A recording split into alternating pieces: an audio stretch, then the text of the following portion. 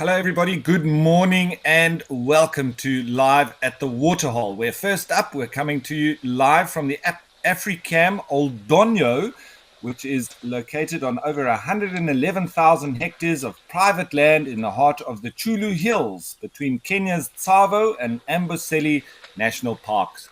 My name is Ralph Kirsten, and what a wonderful start we have. Look at this huge big Tusker on the left-hand side, but it seems like he's joined by his posse, and what a fantastic start to the show. My name is Ralph Kirsten, and as per usual, please don't forget that this is a live and interactive experience, and we'd love for you to jump on board with us and send us through your questions and your comments. You can do that by going on the WildEarth website and registering. These guys looking at us as if they know that I'm talking about them. Not yesterday, but the day before, there was about 10 of them here. We didn't see this big tusker on the left-hand side. Now, to be classed as a big tusker, they say that one tusk must be over 45 kilograms, as well as them extending down to the ground. And I would say that him on the left, he definitely is classed in that department. But the rest of them, they don't have much smaller tusks, I must say. This is absolutely amazing.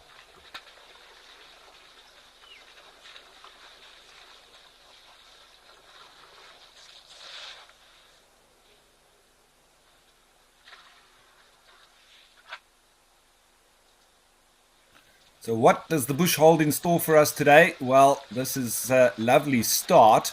Yesterday, we didn't have as many elephants here, but we delved into some discussions, as I always like to. When we did have the big tuskers here, we were speaking about the reason behind these elephants seemingly having much bigger tusks than what we see in southern Africa and the likes. And, well, my theory was that I would say that it's down to the ivory trade back in the last couple of centuries, where a lot of the hunters were after these big tuskers for the monetary value. So I would say that a lot of the genetics have been taken out of the wild, and that's why we don't get as many anymore. Good thing, though, that we still do have some. And yesterday we were chatting about the quagga and it going extinct, and the different species of zebra, and the reverse engineering with the scientists in Cape Town trying to reproduce what the quagga and that particular subspecies of zebra that has been lost. So what are we going to talk about today? Well, let's let the viewers lead the discussion. So send it through. What would you like to know or chat about?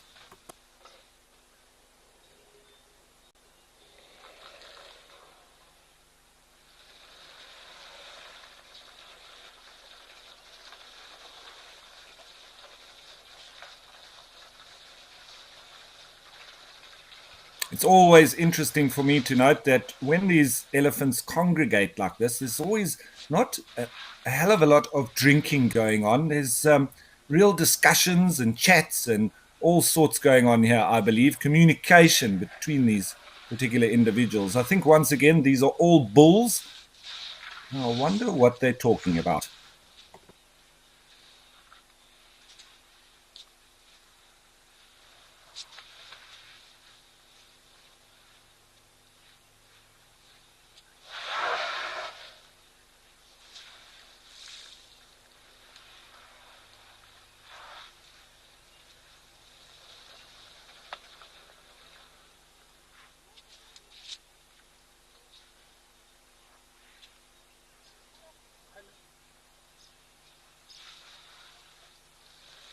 Right, so it is a little bit cloudy here in Kenya, in East Africa, quite close to the equator, so it's not unusual for it to be like this. But that being said, let's go and have a look what the weather's going to be like across all the different locations.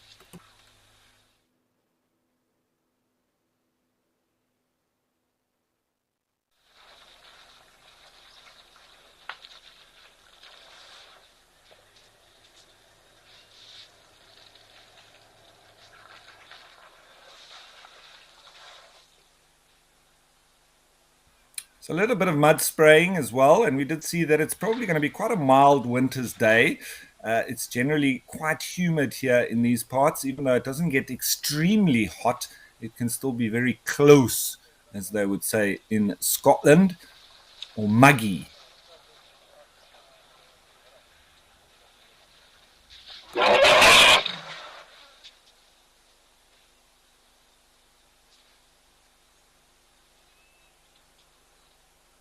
So nice communication there. It seems like there was a little bit of a dispute between two of these bulls.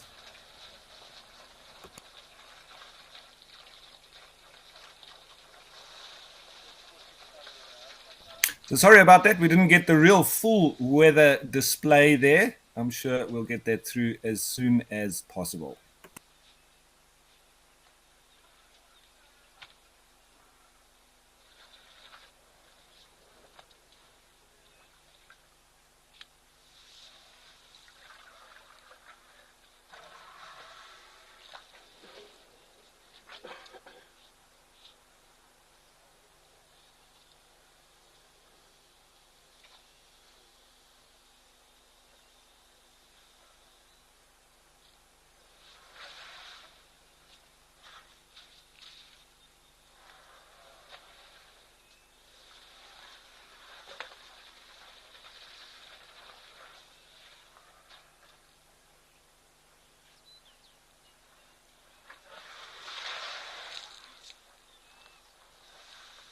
So there's obviously quite a bit of testosterone flowing here. And Bundu Bash, nice to have you on board with us once again. It is an absolutely amazing scene. I don't want to be talking when there's interaction going on here, but you see that big tusker? I think it really does command respect.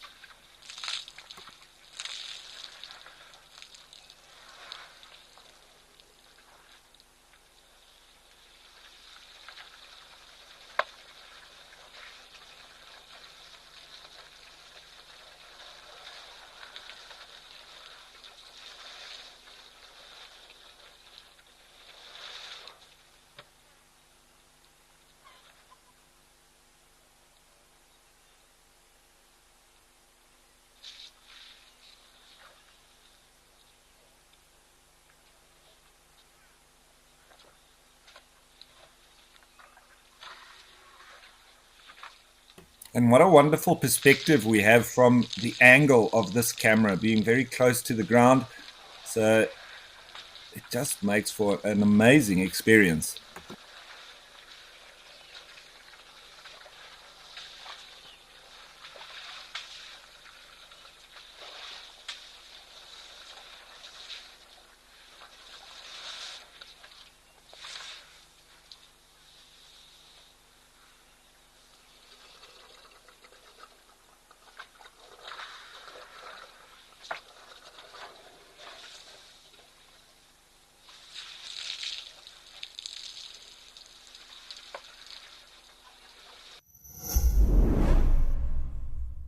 Do you love relaxing at a waterhole with the sights and sounds of Africa all around you? Well, we have some really exciting news for you. From August 1st, Africam is joining forces with WildEarth to bring the majesty of Africa right into your living room with 9 incredible new waterhole cameras from across South Africa and Kenya. Get ready to embark on a new journey. This is Live at the Waterhole.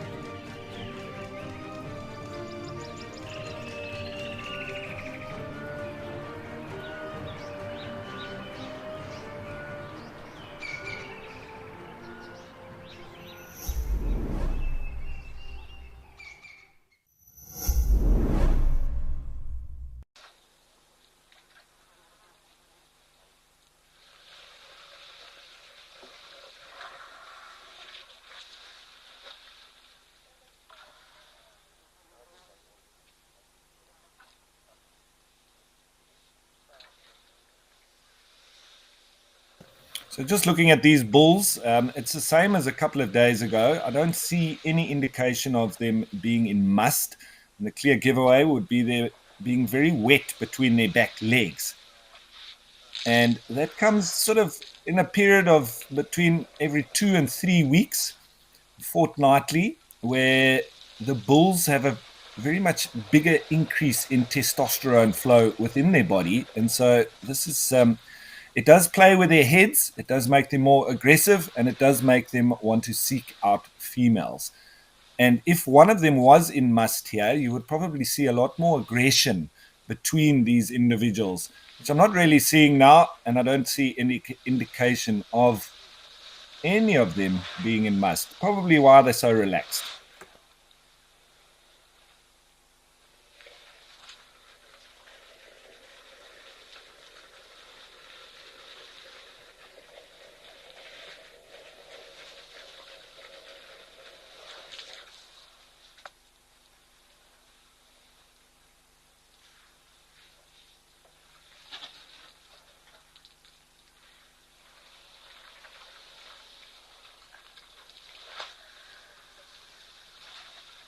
There's a little bit of ear wafting, but not too much of it, and does then indicate that it's not extremely hot. So these elephants might be thirsty, but I don't think they're struggling with the heat for now.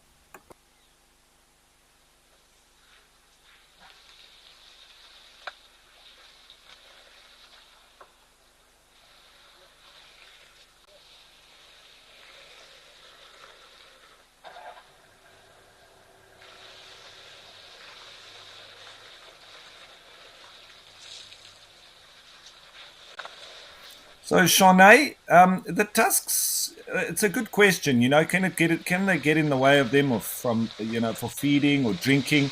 It depends on how they grow. Sometimes you do see them growing a little bit across each other, and it can make for a little bit of difficult mobility for the trunk. But you can see there, like looking at this individual, that trunk does extend now down past its tusks, so it doesn't really hamper it in any way, any big way. However, I do think that what it does affect is especially the big tuskers, where they are huge, and some of them reaching over 100 kilograms each. Um, then it does, I think, become very heavy for the individual. And you often see those big tuskers sort of resting the tusks on the ground, because I think it must be quite difficult for, especially the neck area. It must make the animal pretty tired for carrying them around all day long.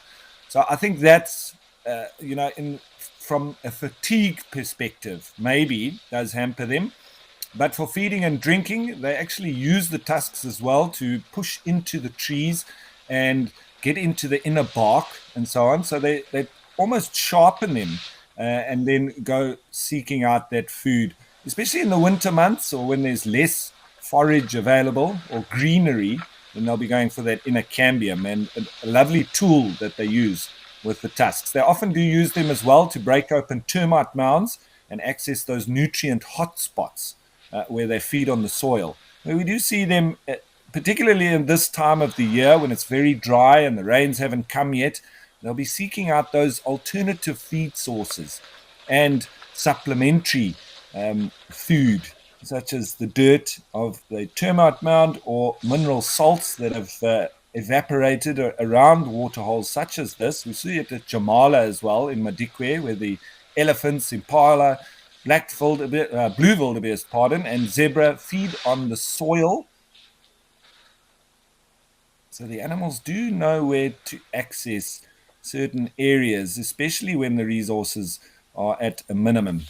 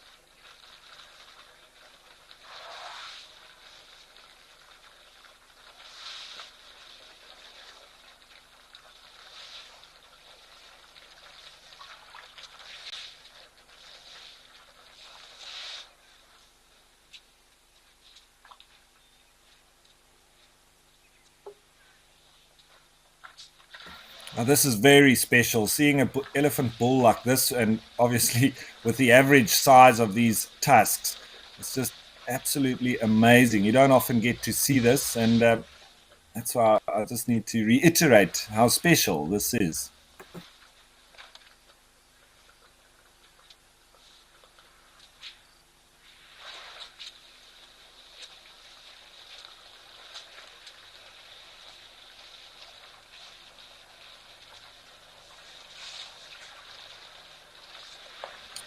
Fiona, thanks for your comment, and I'm really glad that you're enjoying this. It is a very special sighting indeed.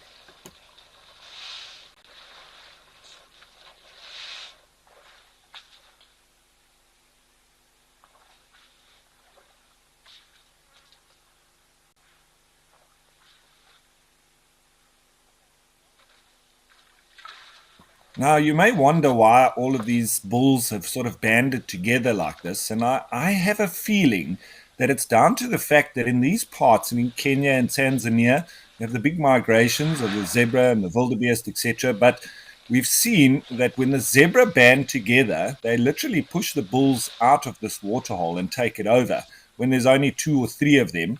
So maybe these bulls have realized that if they also band together, well, they can keep this waterhole to themselves and keep the zebra waiting for their turn. It doesn't seem like the warthog's that bothered, though. He's sneaking in for his little drink there.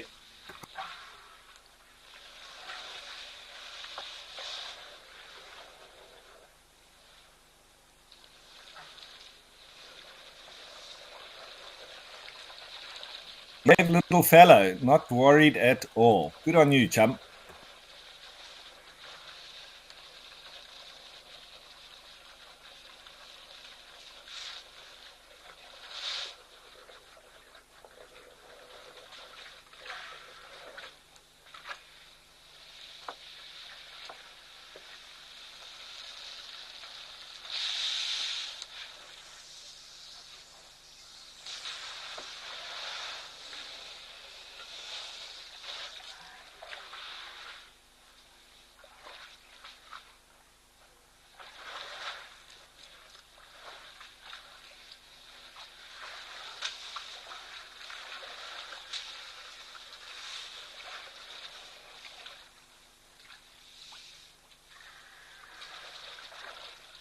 So we must try and keep a mental image of that big bull that's just walked off with those huge tusks.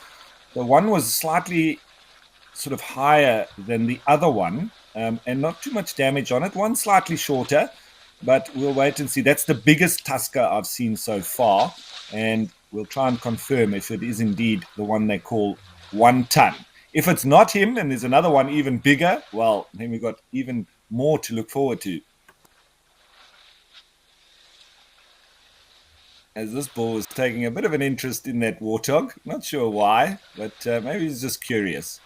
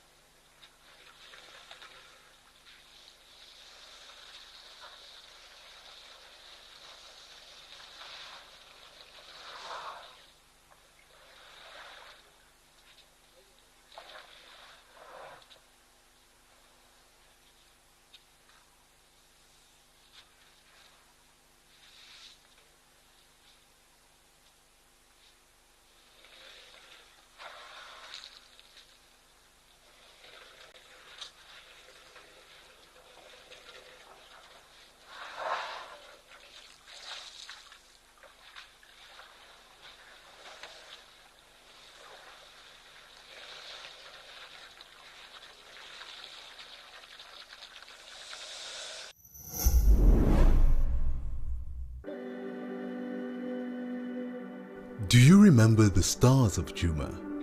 Tandy, Hosanna, Darkmane, and many more will appear in our tribute. In honor of Animal Remembrance Month, join us as we look back at the characters that stole millions of hearts across the globe. Watch it live.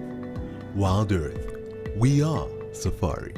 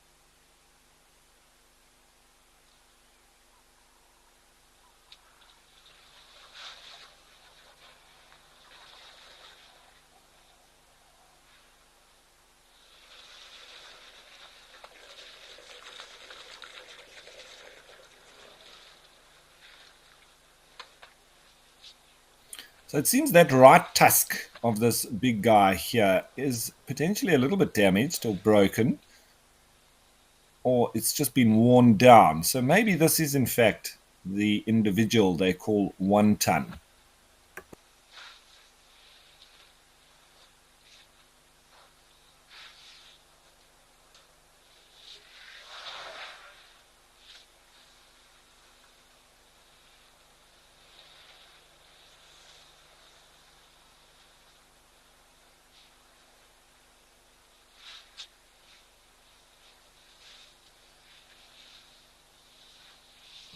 He seems to be playing around quite a bit with his trunk there. Not quite sure what he's up to.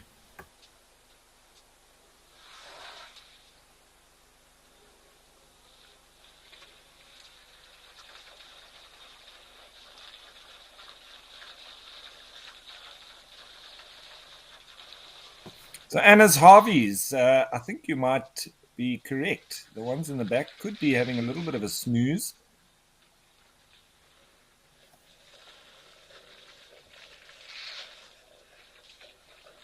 So I know there was another question that came up there from Bundubash, but the previous comment about them snoozing, now you can see because they're resting their trunk on the ground, elephants often sleep standing up.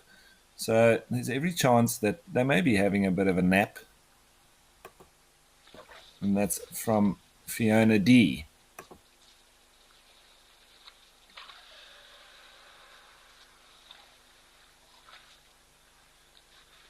I've seen big tuskers like this literally resting their tusks on the ground and then their trunk sort of lying flat as well, like you saw with those ones in the background, and sleeping like that. But using the tusks almost as like a tripod, although what would it be? A bipod to help, keep the head up while they sleep.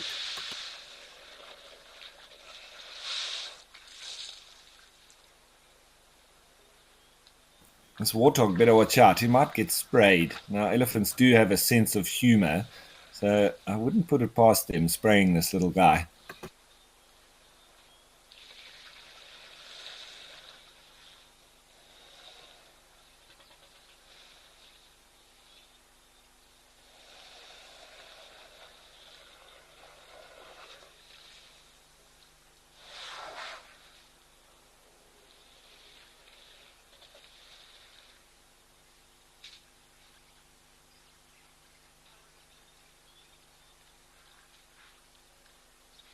And on a previous show, we were actually chatting about if elephants can sneeze or do sneeze. And in fact, all mammals sneeze, and elephants do this too. And I've been sneezed on numerous occasions. And when you are sneezed on by an elephant, you definitely know about it.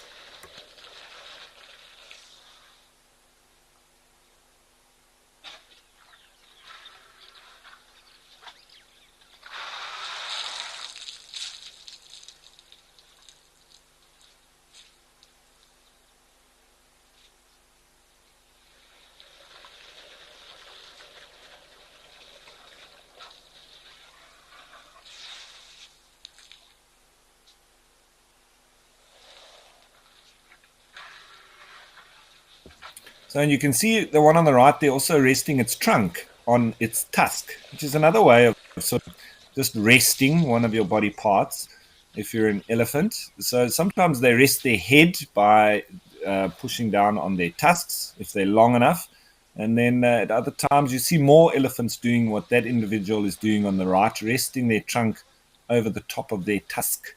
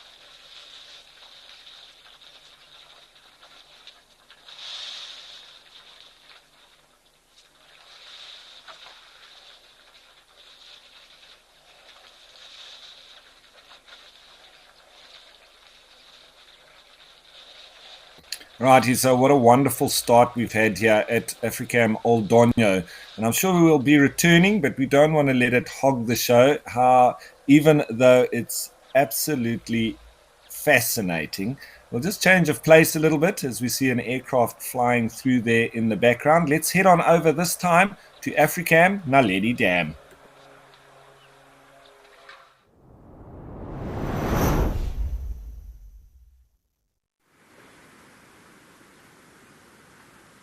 We're continuing with the theme this morning. Some more elephants, but just look at the difference here. I think this does look like two young bulls. We've got a different perspective from the camera, so it can be sometimes difficult to tell, but they are definitely smaller in stature than those massive bulls that we were seeing at Old Donyo. This is in the Olifants West Reserve, also in the Greater Kruger National Park. So Southern Africa, as we've left East Africa where we were with those big bulls.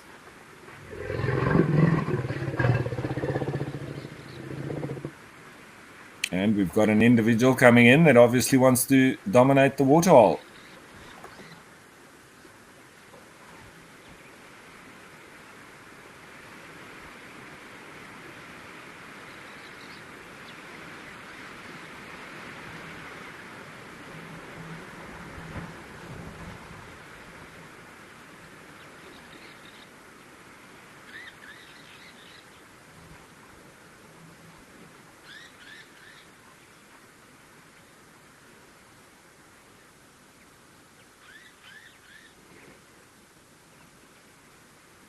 Now, when we started out the show here live at the Waterhole, it was in the middle of winter, so we weren't having as much elephant activity at the Waterholes. It was more closer to the midday, almost before the end of the show.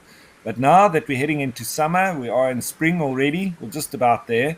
We're starting to see them at the Waterhole a lot earlier and in much bigger numbers as well.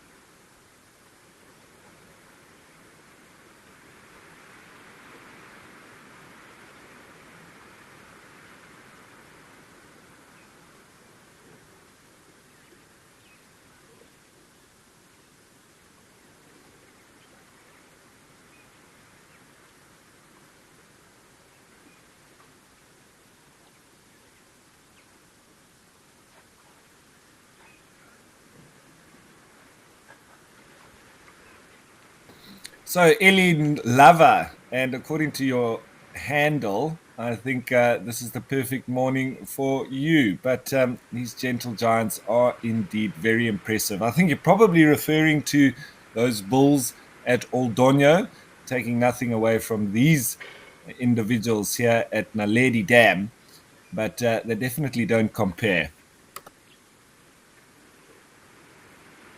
And they're also seemingly a lot younger as well. These guys are probably early into adulthood, where the others, I would probably average them around, or at a minimum of 35 years or so. With the size of their tusks, I would say that they're 35 plus, maybe in the primes of their lives. And these guys still got quite a way to go before they'd be fully mature.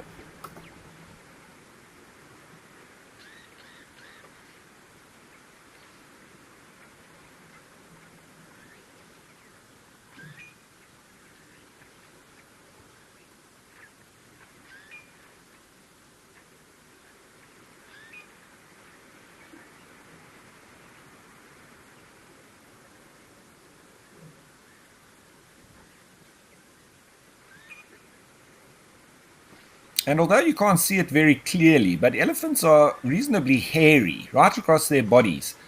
We can't see it in this light. It's a little bit dull and overcast, but you can obviously see the ends of their tail with that hair there. And it's about 2 millimeters thick, that hair.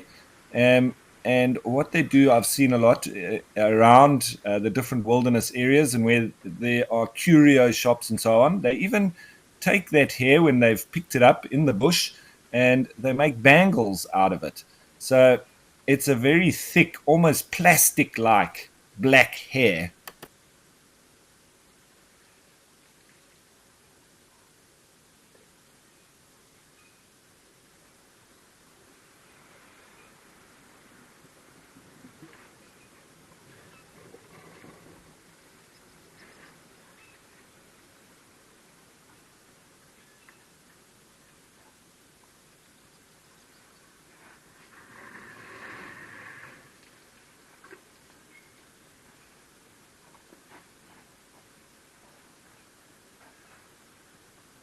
It looks like they might be moving off. Just looking at this individual here on the right, you can see those little white dots just in the corner of its eye. And that's like what we would call sleep that we get in the morning when you wake up. You get that grit in the side of your eye. Well, it's also because the elephants are moving through the bush, feeding on different plants. It's very dusty, and there can be quite a bit of pollen at this time of year. I'm thinking more so with these individuals now that it's mainly dust, and then that sort of assists in just clearing the eye, and then it collects in the corner. Down in the Eastern Cape at the likes of Amakhala Game Reserve as well as Kericha Game Reserve, you see that a lot and throughout the year. But where those elephants occur, it's in the Cape Floral Kingdom. So there's flowering plants all year round, and the elephants move through the very thick bush, and a lot of that pollen gets into their eyes. And so they constantly have those little white, it's almost like foam in the corner of their eyes, which helps to protect the eye itself. They've got very long eyelashes as well. So there's a few methods that assist them in keeping their eyes well protected.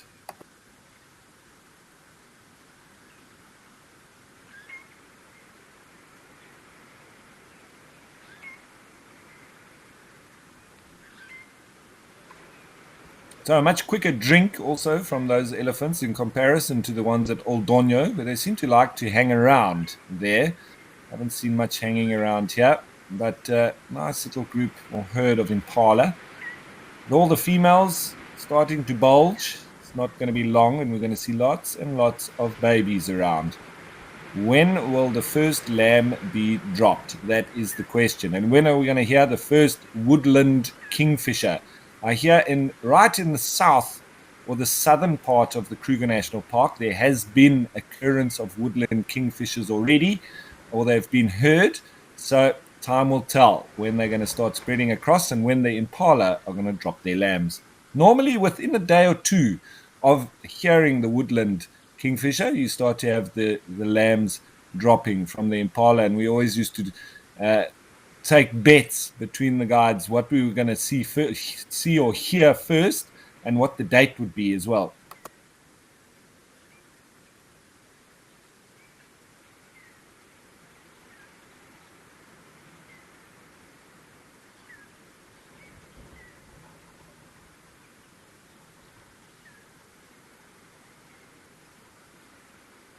There is a high prevalence of predators in these parts, from leopard and lion to even the likes of wild dogs as well. So with it being seemingly overcast, maybe a little bit cool, it's quite windy, you never know our luck. Yesterday we had two big male lions. That was I think it was at KwaMaratani in Pilansberg. But it just goes to show they were lying out in the open, and in accordance with the weather, they weren't hiding or trying to get into the shade. It looks like today is no different. So let's hope for some more cat luck or predator luck at large.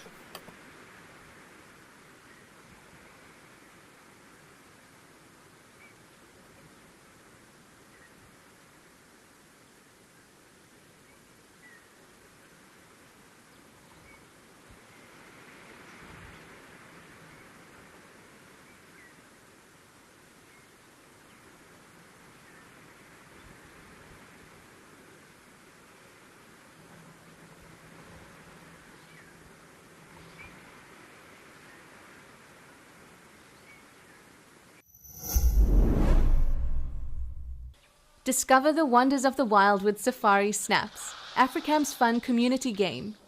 While enjoying the live streams, simply tag the animal you spot. Each tag earns you points based on the rarity of the species. The rarer, the more points you score. Your profile and the Safari Snaps leaderboard will keep track of your impressive tagging skills. Join us on Safari Snaps and let's celebrate the wonders of African wildlife together.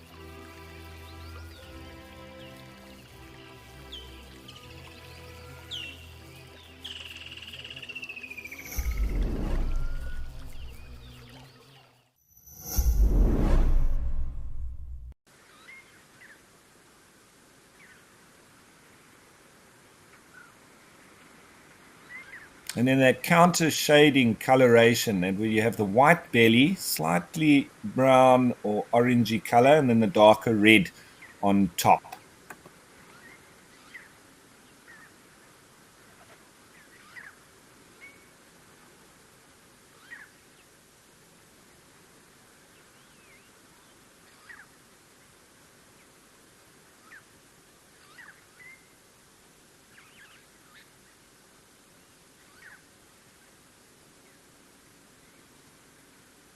So we can see some of the trees starting to get their greenery as we've headed into spring, but you'll have that real burst of color once the decent or first rains come. It's like a Cape glossy starling there.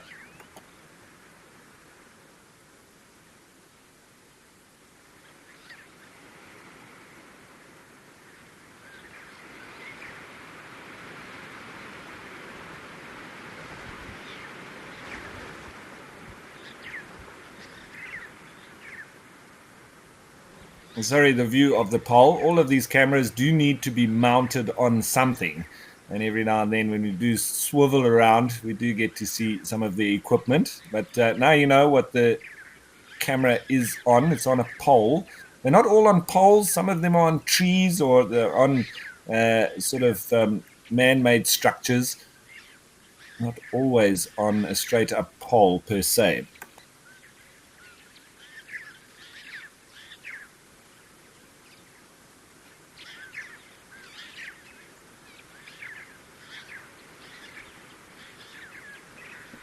Right, so continuing on the elephant theme here at Naledi Dam, they have now moved off and it looks like so are the impala. So I think we'll do exactly the same and change of place. Let's head on over to the northwest province of South Africa, the Madikwe Game Reserve and Africam Tau.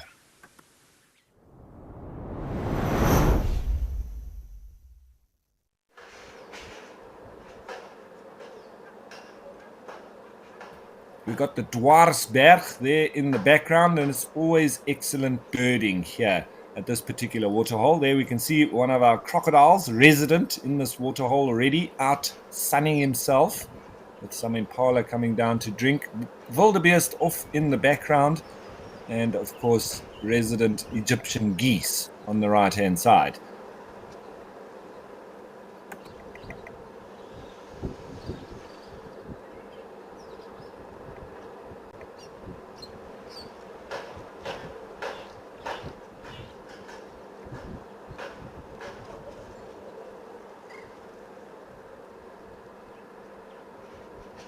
So as we moved from Kenya down to the Greater Kruger National Park and then here to Madikwe, we've basically gone from a very high rainfall in Kenya to a lot less in the Greater Kruger National Park, but even less here in the semi-arid parts of South Africa on the border of Botswana, just bordering on the edge of the Kalahari Desert.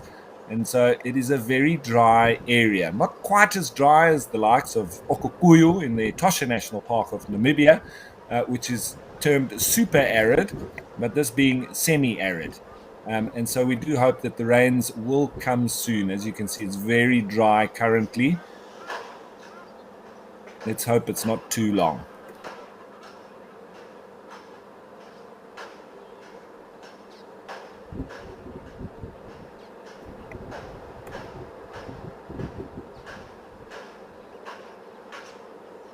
So Taryn, you say that you're loving the variety of species here. It is always amazing when there are lots of different animals about. It's a very busy waterhole, this. And I did see some storks off on the right. We'll maybe go and have a look at what exactly they were. We've seen spoonbill storks here.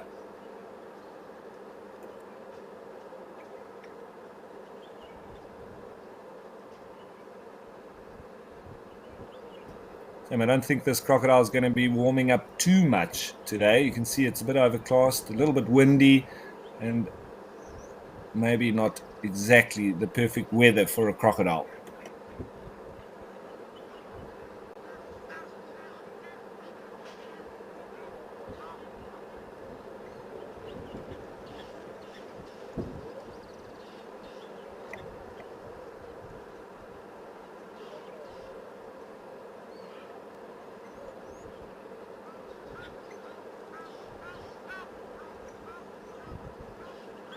You can hear the Egyptian geese making a racket in the background. That is very particular of their call.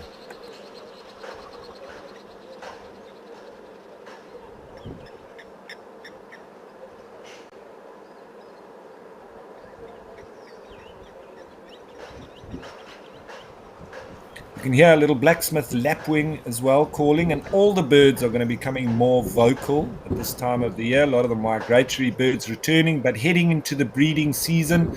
They'll all be changing their plumage, especially the males, into the bright colors to attract the females.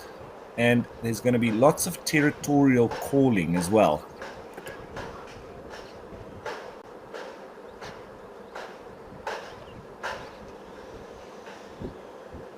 You see another crocodile there on the bottom right-hand side of your screen. Also another big individual. They say that they live here, all of reasonably the same size.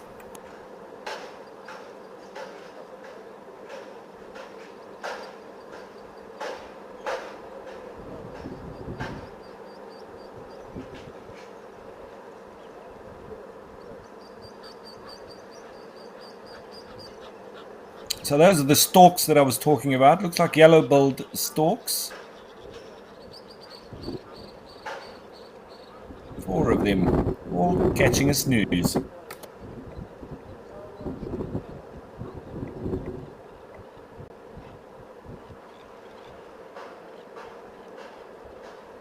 Their feeding behavior is quite similar to that of the spoon-billed storks, except they sort of just move and their head and their neck from side to side with their bill open, and anything just coming in between those two bills, they'll just snap it shut and pick it up.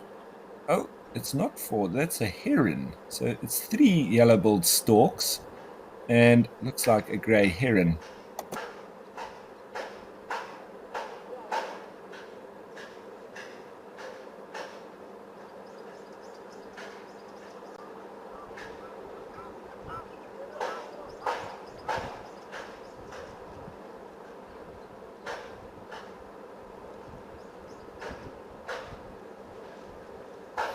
So Andy, yeah, that's the birds, they do need to watch out for the crocodiles,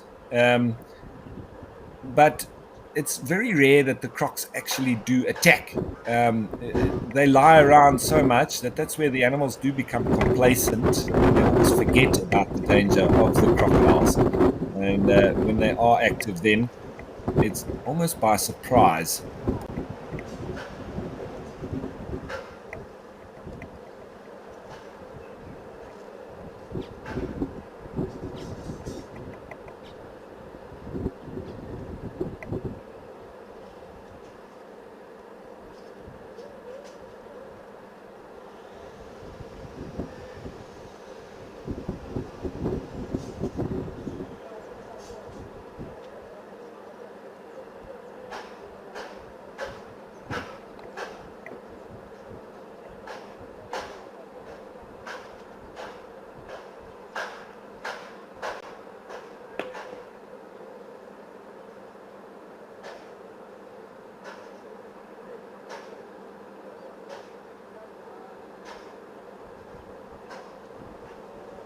It's quite interesting to see how these yellow-billed storks are resting. Now, remember that those toes and that first joint, it's kind of like the knuckles, and where they're resting now, they're actually resting on the whole foot.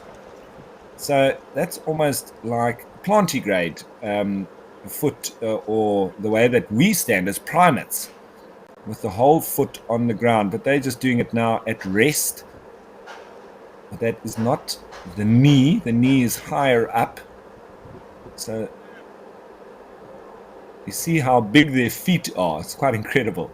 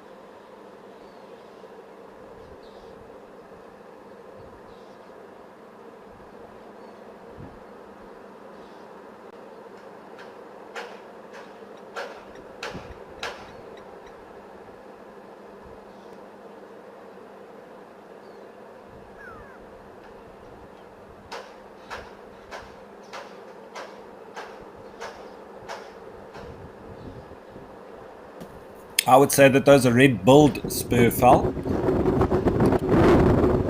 And we also did hear a grey go-away bird somewhere overhead. A little bit windy here, and well, I think it would be rude not to go back to our amazing sighting back in Kenya. So let's head back to Africam Old Onyo.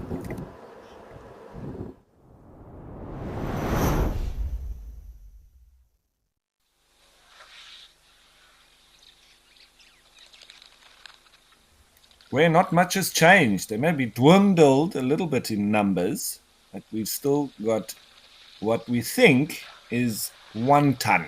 This huge big tusker here on the left-hand side, flanked by another 3 big tuskers, but not quite in the same category.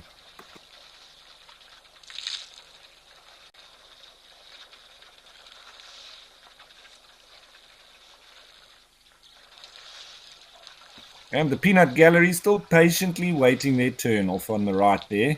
And those eland.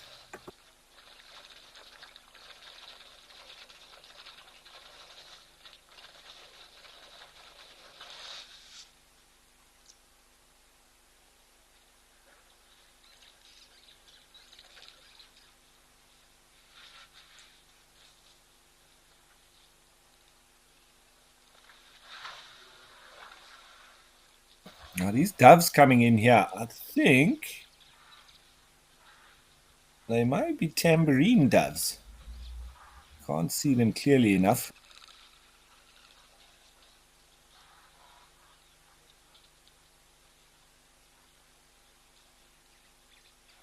Either that or the emerald spotted wood dove.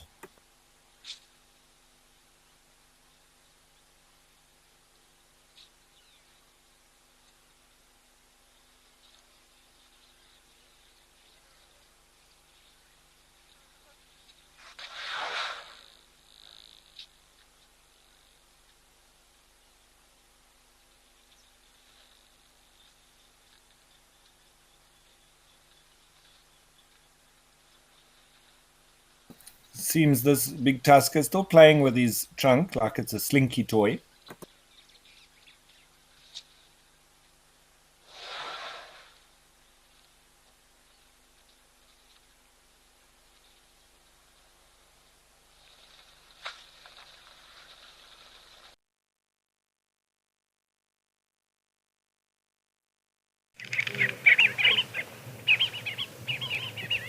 So apologies for that, just a bit of a frozen screen. So, we get that sometimes, but I'm sure we'll have that sorted out soon and we'll head back there and see what's going on. But from the east, we've headed to the southwest, and this is in the Etosha National Park of Namibia and the Okokuyu Waterhole.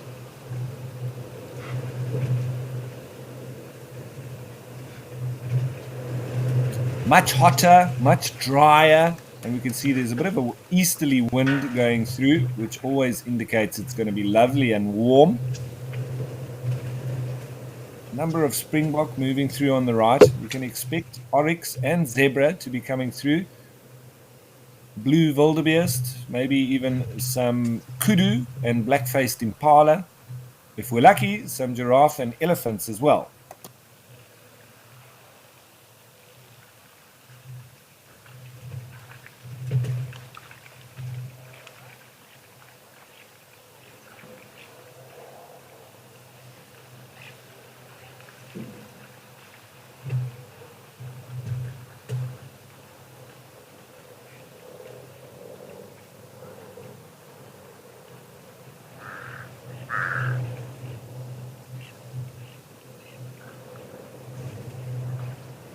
Now that's the call of a pied crow. They're resident here in and around the camp.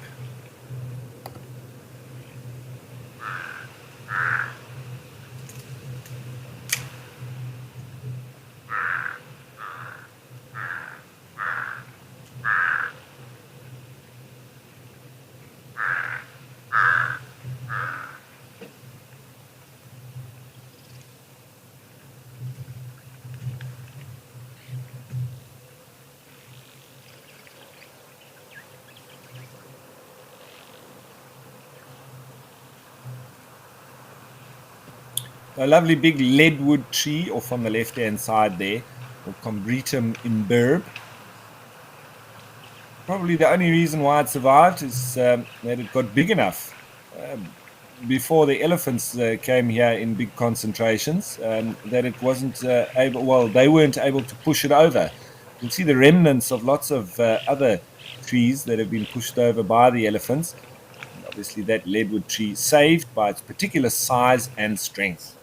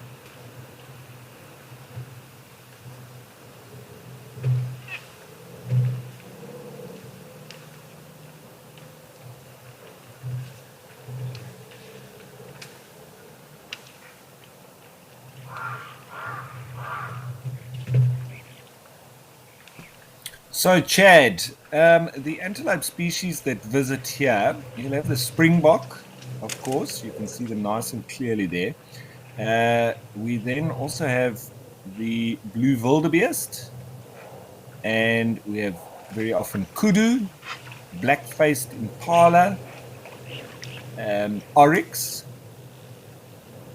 and then not antelope, but we'll also get the giraffe, we get zebra, we also get elephants. At night, it's a different story altogether. We very often have the lions coming through here, in particular the Umbika pride of lions. There are 20 plus of them. We also do have lots of black rhino that will come through, mainly at night, sometimes around sunrise, sunset. I've seen a few kills here at this waterhole from lions taking on oryx and springbok. There'll be a lot of jackals that will move through. Also spotted hyenas.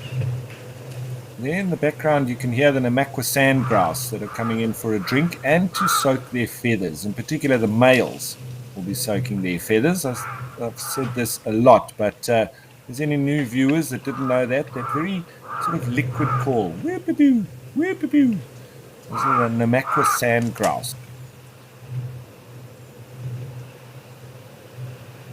There are lots of dik-dik in, and that's a tiny little antelope, in Etosha, but they don't frequent these parts, more so on the eastern side of the reserve. That little bird call is those little tiny birds you can see in the middle of the water, the little grebes.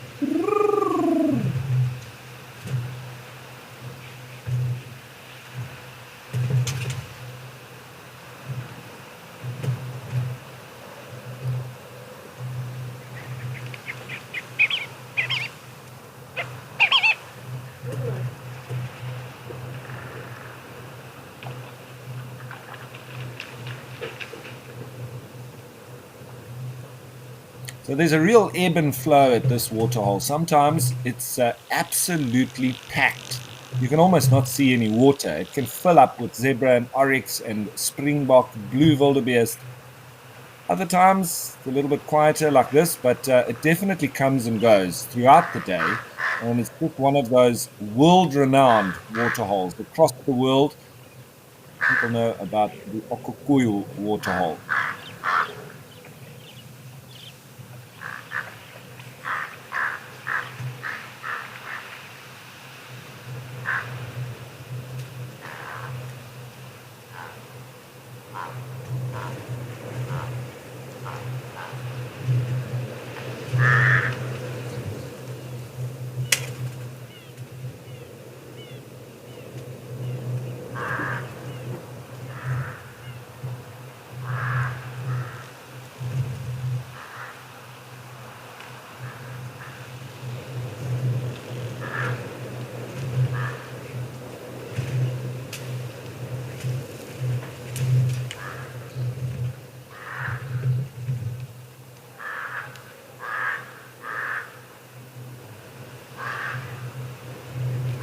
And the rains that come here in Etosha generally start around October, November. That's normally the first little rains, but the big rains generally from January to March.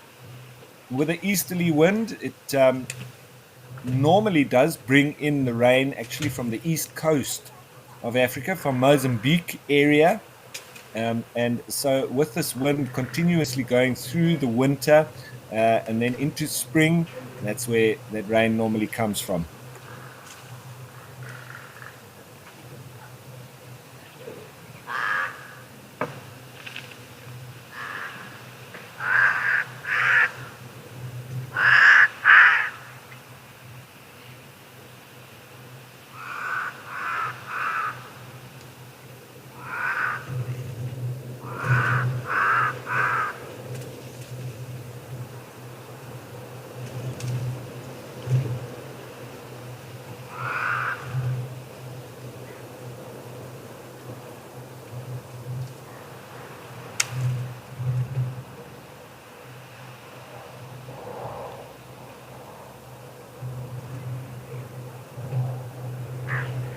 And it's quite incredible to have this camera, this remote camera here at Okukuyu. When I first started guiding in Namibia, it was about 22 years ago. And when we used to come to Etosha, there was not even cellular signal. So the last area for cellular signal or any kind of signal was at Ocho to the south. And in the Etosha National Park, there was only payphones, coined payphones. So this would never have occurred unless there was some kind of satellite connection. But when I used to go on my overland safaris there, we used to have to travel with satellite phones. Now times have changed. There's cellular network around all the camps in Etosha. It does make it amazing for these kind of connections. However, it has changed a lot because now you've got, you hear phones ringing next to the Waterhole cell phone connection. So there's pros and cons, but I don't know. I still really appreciate those old times, but it does make it a lot easier now when you travel into these remote parts.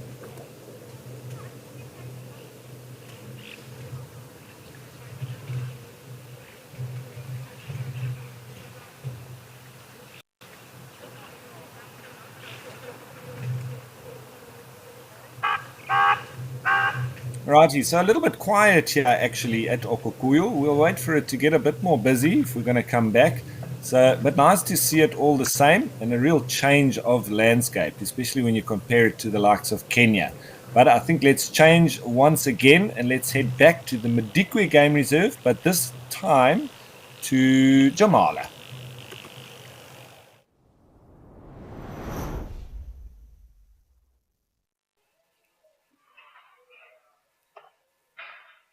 Where the elephants are really once again stealing the show. Old Donyo in Kenya, Naledi Dam in the Greater Kruger Park, as well as here at Jamala. But it seems like, in keeping with the theme, it's also just the bulls for now. We'll wait for some breeding herds to come through. Always love to see the youngsters as well.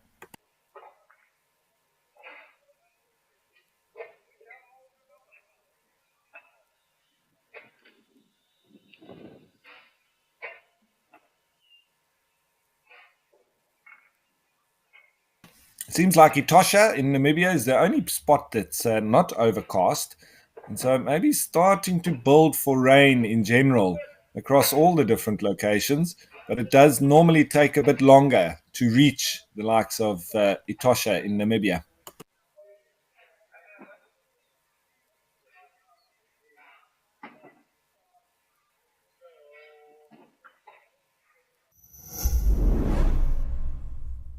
On Woodbury Lodge's episode of Destination Safari.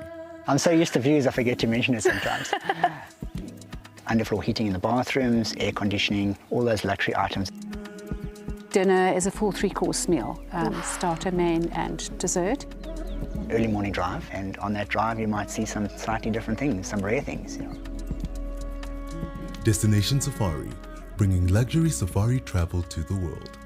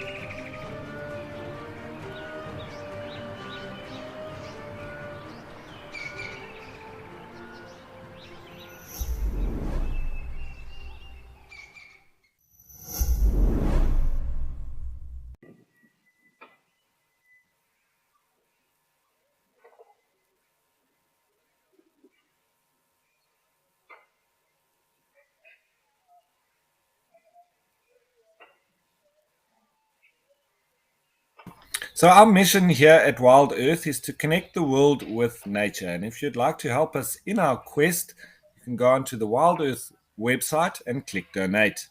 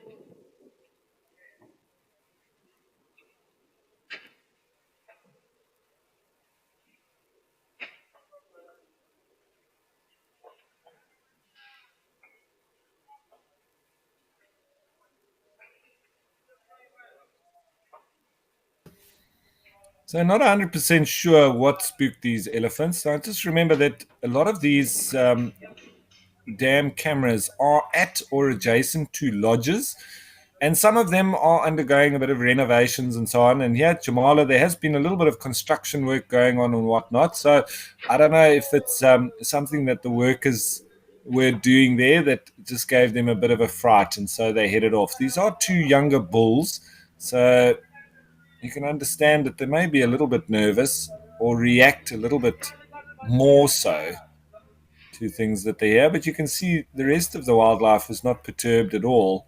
So maybe just something specific that pierced the ears of the elephants. Shame.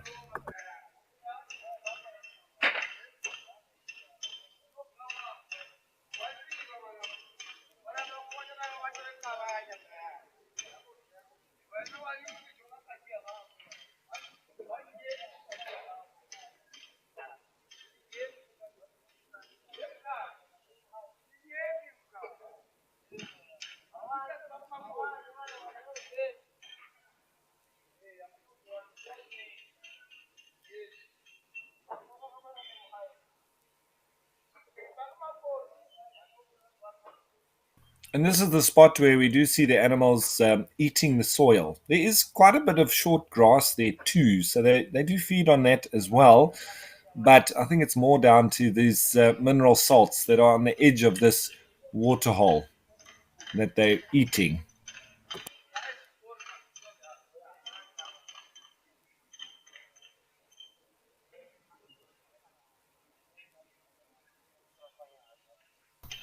Righty, so another whistle stop in here in the Madikwe Game Reserve, and I think we'll change of place, but this time to a new spot. We're going to go to the Pilansberg Game Reserve and KwaMaratani.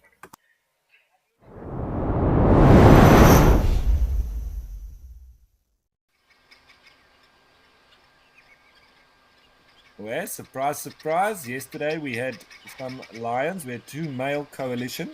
What have we got here? Looks like we've got a young male on the right there with two females, is it?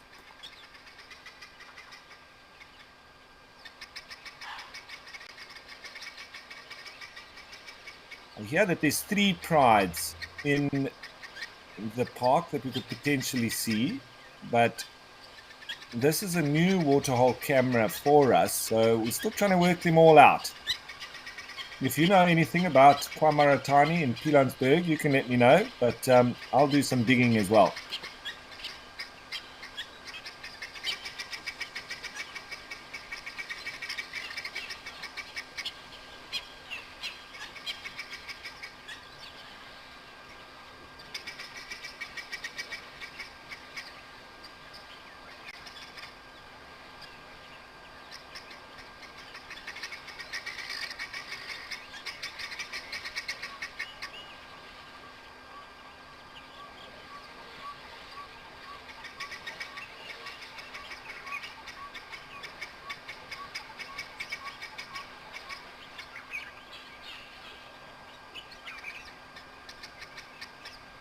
You can hear the guinea fowl in the background there, alarm calling. most likely because of the presence of these lions. But how amazing is this, watching them drink? And yesterday we got to see those two males drinking as well. So this is 2 days in a row, but different lions altogether. Fabulous.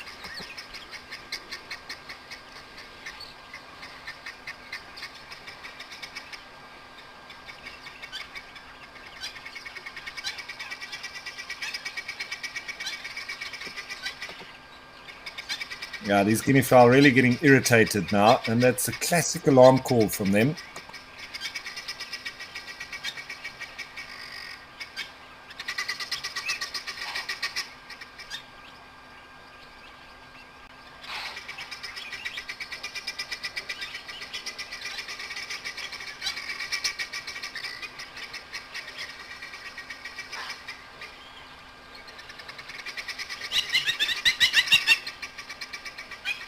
And that's a hammerkop calling in between the guinea fowl as well. Looks like they've had their drink now. They're maybe going to move off and look for shelter. They often don't like it if the other animals are alarming for them. It's giving away their position. And maybe these guinea fowl are irritating them now, and that's why they're moving off.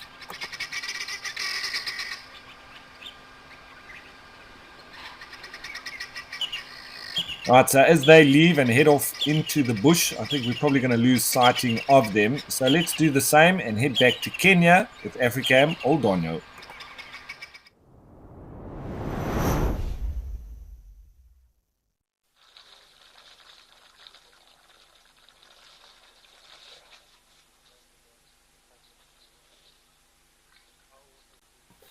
Where we've still got all our big boys with their poker meeting.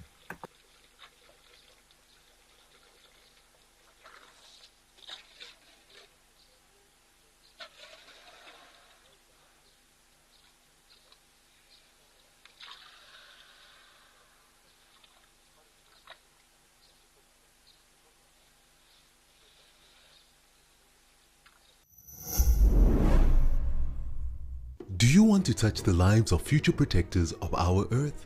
Thanks to our wonderful WildEarth explorers, WildEarth Kids is back. Sign your class up for WildEarth schools and enjoy a special virtual field trip to Africa with interactive learning tailored for kids. Very warm welcome to the kids from WildEarth Primary School. We'll be dedicating the first hour of Sunset Safaris every Wednesday to our planet's future defenders. WildEarth, it's in your nature.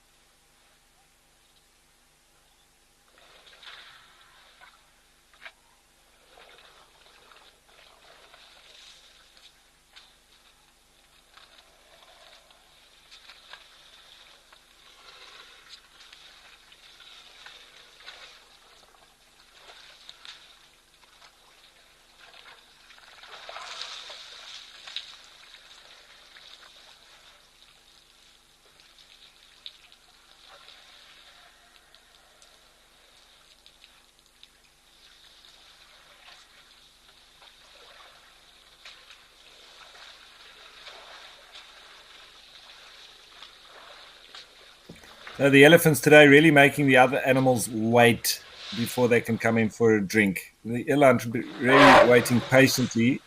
Oh, a little bit of a dispute there.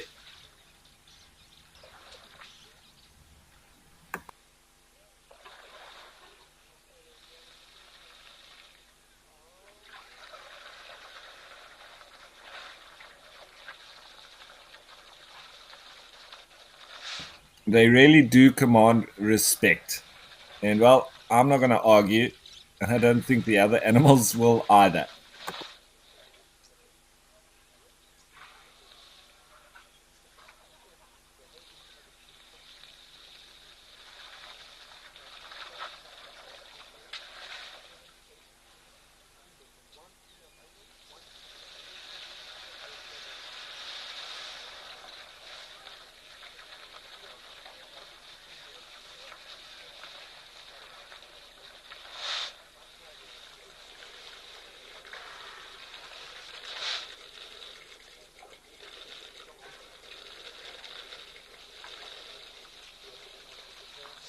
Always nice when you can get a lovely close view of the animals themselves. And there I was talking about the hair on the tail of the elephants. Maybe there gives a little bit of a better perspective of how thick the hair actually is.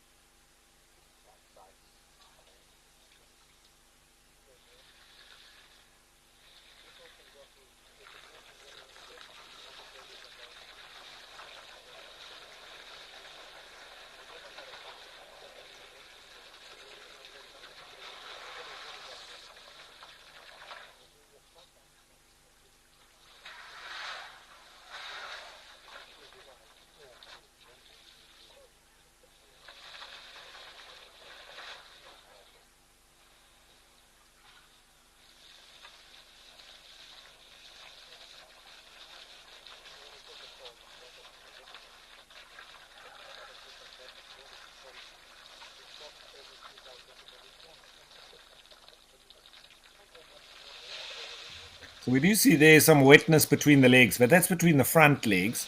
So it's not an indication of being in must. That's obviously just from the trunk and how the water's being sprayed about. But lovely to see, nice and close up on the tail, on the feet, on the trunk, and in the background, the one's toes or nails that you see there on those massive feet. This is just incredible.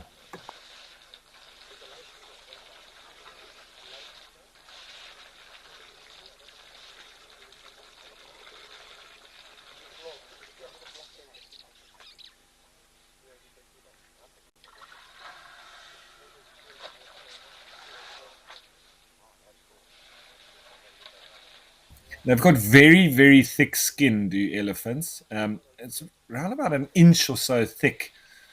And all mammals have hair, to assist in thermoregulation, protecting from the sun, as well as to keep warm. But with elephants, I think it's sort of more down to the thickness of their skin. So they still do have a lot of hair, but not in comparison to other mammals. They don't have a full covering, and I think it's made up by the thickness of their skin.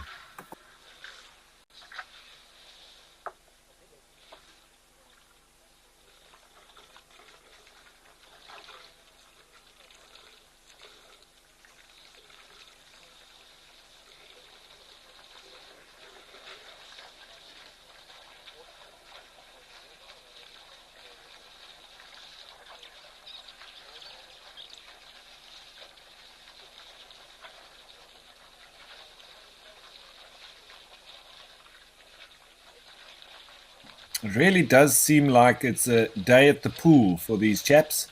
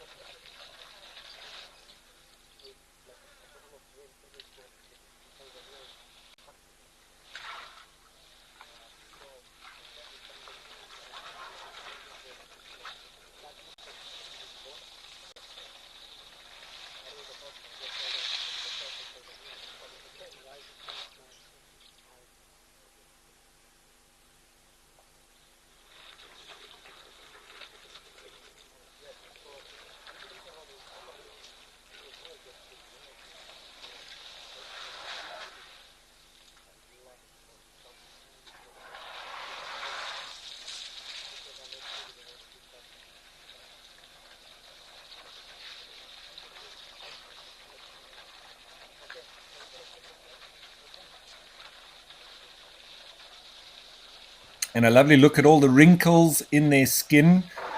It definitely does help them with thermoregulation. It sort of leads to there being a bigger surface area. So, especially when it's very hot and they throw water and mud on themselves and cover it with a coating of dust, this helps to lock in that cool and help to keep them cool as a whole.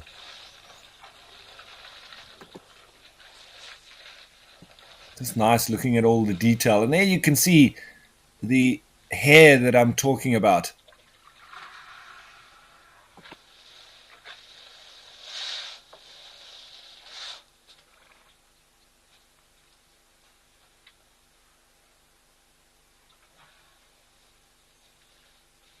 It's only when you really get close up to elephants that you see how much hair they do have. And in this instance, when we zoom the camera in and they're close enough, then you get to see it.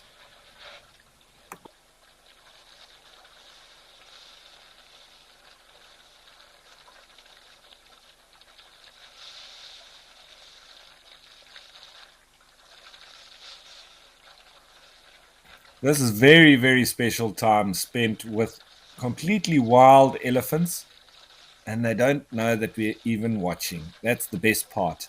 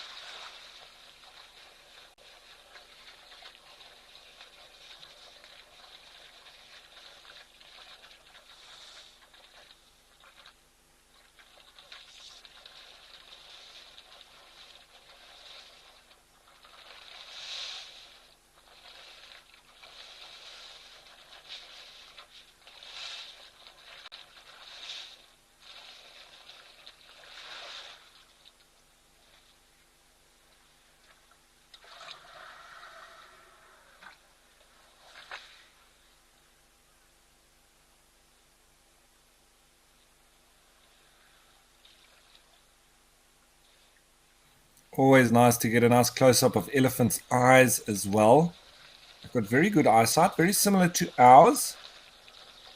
But just when you look into elephant's eyes, it's almost like you can see that they're full of wisdom. It's just something very unique.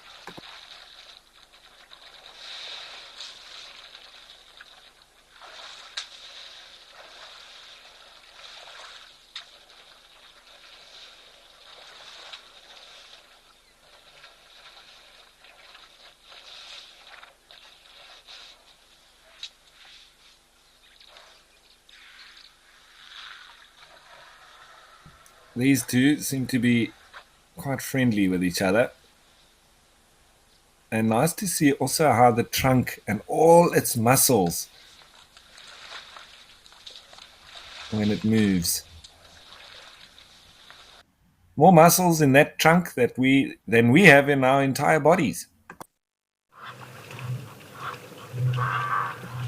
So we got a frozen screen there once again, and we've gone to our trusty old favorite, back to Okukuyu, while those technical difficulties are sorted out. But it's a good alternative, and we spent some lovely time with those elephants. So I'll take that.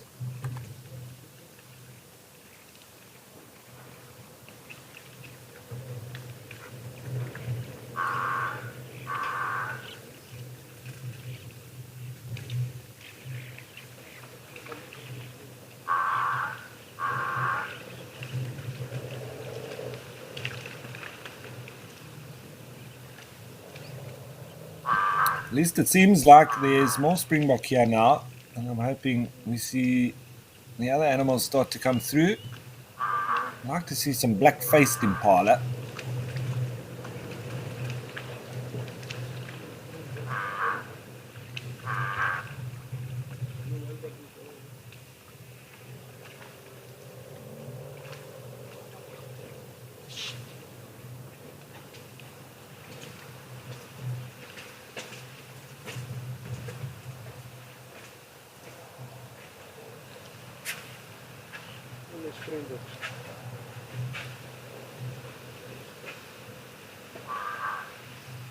Springboks.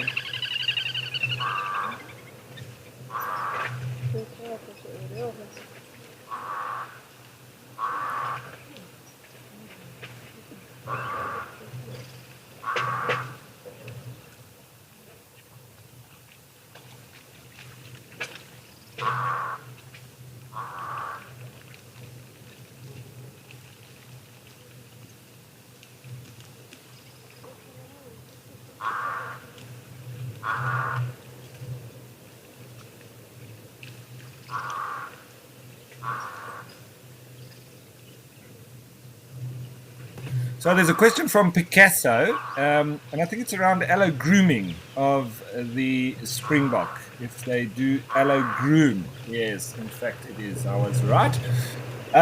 Not quite as much as you may see with impala, Picasso, but it does happen. I've seen them doing it, so I won't say that they don't, but not quite as regularly as the likes of impala. And when you see them in their herds, in the grasslands, feeding and so on, yes, definitely there is allo grooming.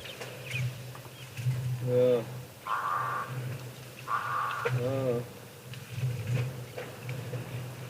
Oh, minimum bugger.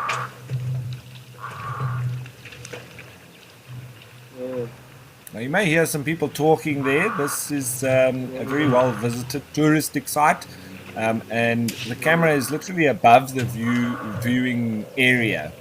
It's sort of like a half circle around this waterhole, and so often people do walk underneath, and you might hear some chitter chatter. That's not unusual. And this is the time of day when people do come and spend quite a bit of time here at the Waterhole. It's in between game drives. We go out early morning and late afternoon, and in the middle of the day, come and spend some time watching the animals coming down to drink.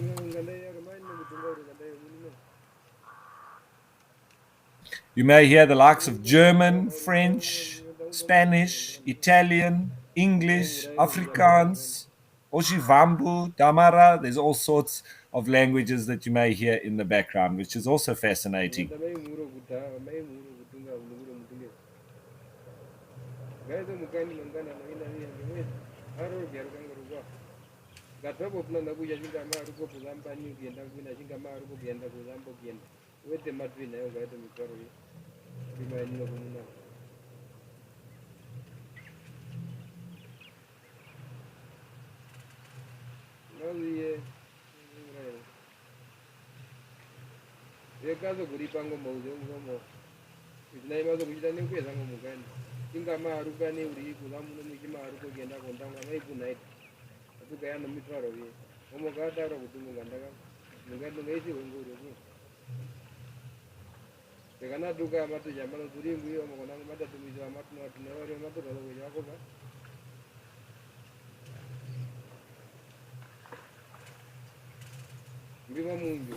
Righty, so our trusty old favorite, we're going to wait for Okukuyo to fill up a little bit. We'll come back here at some stage, I'm sure. But let's head back to the Pilanesberg Game Reserve in South Africa and Kwa Maritani,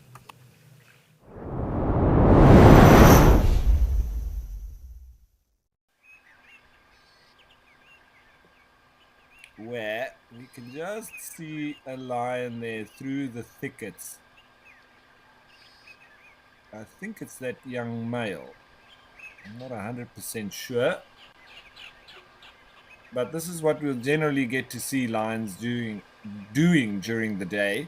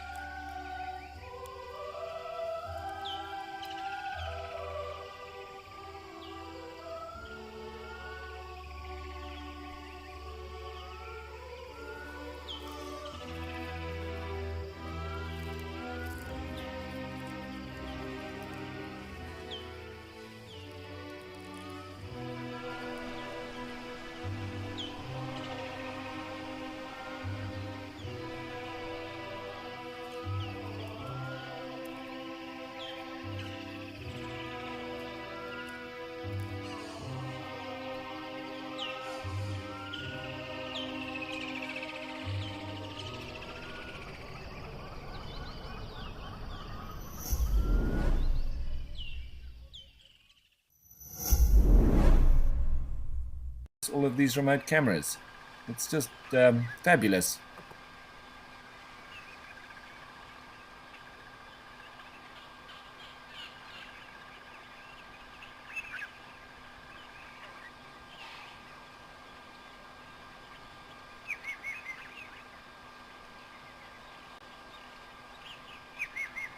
So this is what we often do when we're on game drive and we find lions. From my perspective as a guide, this can be quite a regular lion sighting.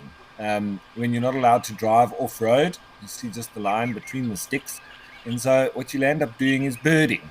So we've had crested barbet, black-collared barbet, we've got red-faced mouse birds. They're still calling. I think there may have been green woodhoopers that just started cackling off in the distance.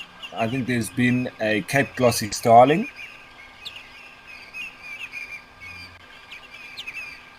That is grey hornbills. Almost sounding like a bird of prey. Very high pitch. Tweet, tweet, tweet, tweet, tweet.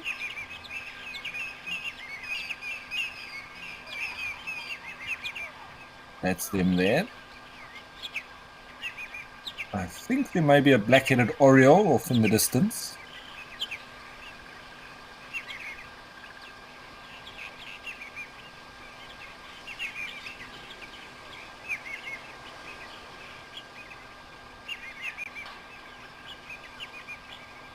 And guides often ask me, what is the knowledge that they can gain, or what can they research, etc., to get better as guides? And for me, it's always to get stuck into birds and trees, because no matter where you go, you're always going to see birds and trees. You're going to hear them, you're going to see them. Obviously not the trees, you won't be hearing them. Well, depends on your hearing, I suppose. But especially when I was training guides, we used to have a lot of groups that would go out and they would return and they would say, we didn't see anything. So I would always laugh at them and say, but did you drive with your eyes closed? Because you would have seen lots of trees and you would have seen and heard lots of birds. So to come back and say that you haven't seen anything, you're already failing. So I used to pick them up then with the knowledge of their trees and birds. Very, very important from a guiding perspective. And it also then does fill up the gaps when you're struggling to find the sort of iconic big game. And it just brings a different dimension to your guiding as well. Because very often birds can indicate things to you, and you follow a particular little call or something and you go looking for that bird, and then you find a honey badger or something like that. It always just expands the experience. And just to rely on going and looking for big game, you're falling short and you're missing all the tricks that a true experienced guide may be able to bring through.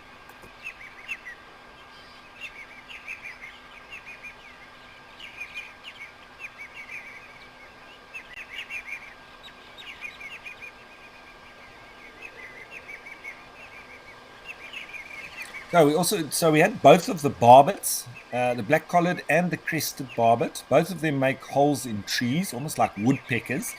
And I think, in fact, in Afrikaans, they're both called houtkappers, whereas woodpeckers are called something else. Now, houtkapper, directly translated, would be a woodpecker. But in Afrikaans, a houtkapper is actually the barbets. And it's interesting that they do make their own nests. They dig them out. They also bang their heads against the tree, and etc. But they're pairs, whereas we're hearing the mouse birds there. They're cooperative breeders, so it's always a family of them. And we just heard another cackle sound, which is the green woodhoopers, also cooperative breeders. So they'll all be nesting up now and starting to sort of establish their territories. There they start to call again.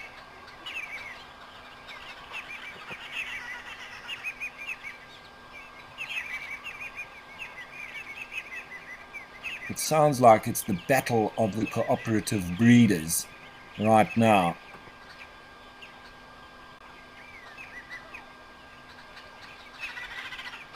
And more of a definition of cooperative breeders, it's only the select male and female that are going to be actually producing the young, whereas the rest of the family negate or forego their rights to passing on their own genetics, but by doing so, they assist the two that have been chosen or established themselves, and then give those chicks a much better chance of survival.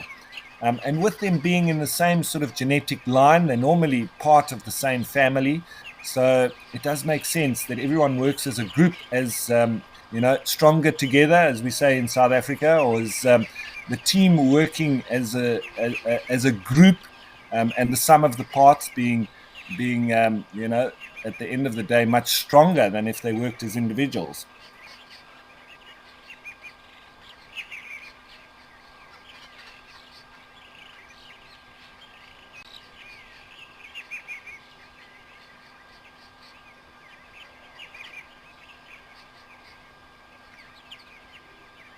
Other birds that are cooperative breeders, the oxpeckers, both yellow-billed and red-billed.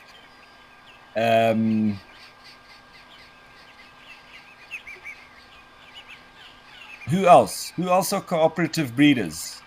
You can tell me. Let's put that birding quiz out today. We had that lovely African hawk eagle that was having a bath at Old Donyo yesterday. You tell me. Some more cooperative breeders. There's quite a few more.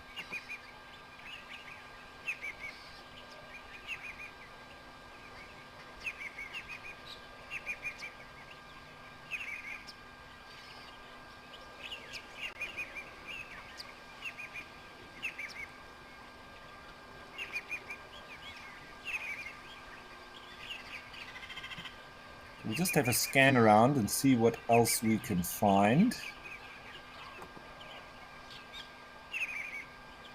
Looks like we've got a ring-necked dove there, just on the branch. And there's our little red-faced mouse bird, I think. Is it? Yes. See his long tail? It does look very much like a mouse, and the Zorro mask on. That's a lovely close-up. We really struggled to get birds on, so that's fantastic.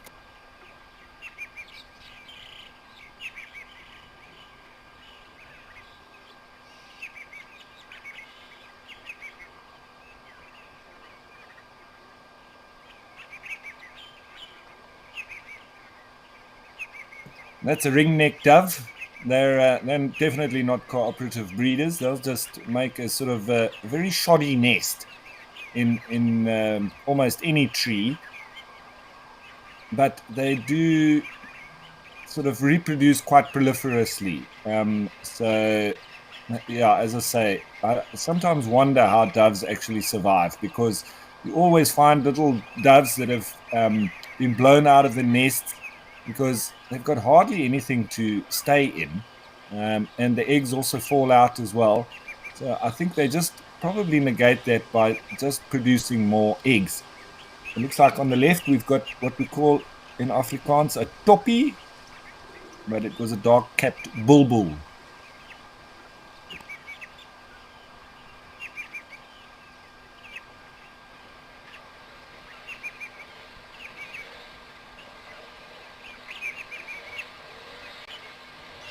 And toppies are one of the birds that at lodges and so on the breakfast station, and where there's any fruit that's put out, they're one of the birds that aren't really scared of coming into human habitation. So they do need to be chased off, because they get stuck into the fruit salad and any of the fruit that's around for breakfast.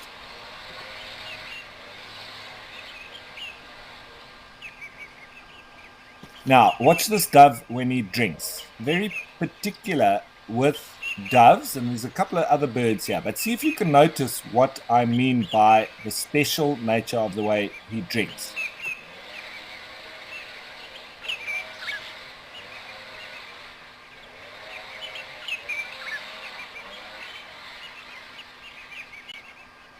Now, he's obviously a little bit nervous because there's some other things going on there, but he put his head down and he drank. He didn't need to lift his head up every time like most birds do.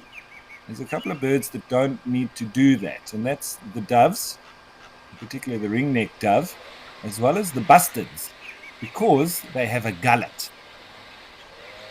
Now, who is that?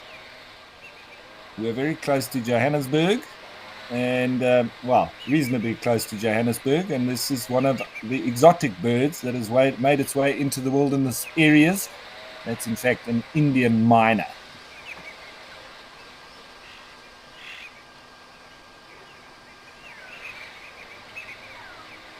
They're highly intelligent birds, but yeah, they can be quite invasive as well. So it's not the best of signs that we have them now in the Pilanesberg National Park.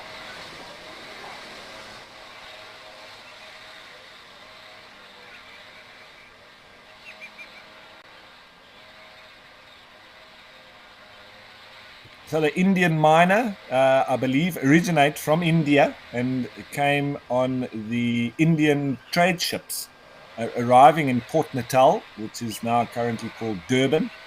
And then they have literally expanded the population from there, moving all the way up into the areas around Johannesburg, Gauteng, because we only used to, in the sort of 20 years ago and before that, see them in KwaZulu-Natal and mostly around Durban. Now the population has really expanded a lot. And they are birds, so they have wings, so it's easy for them to move around.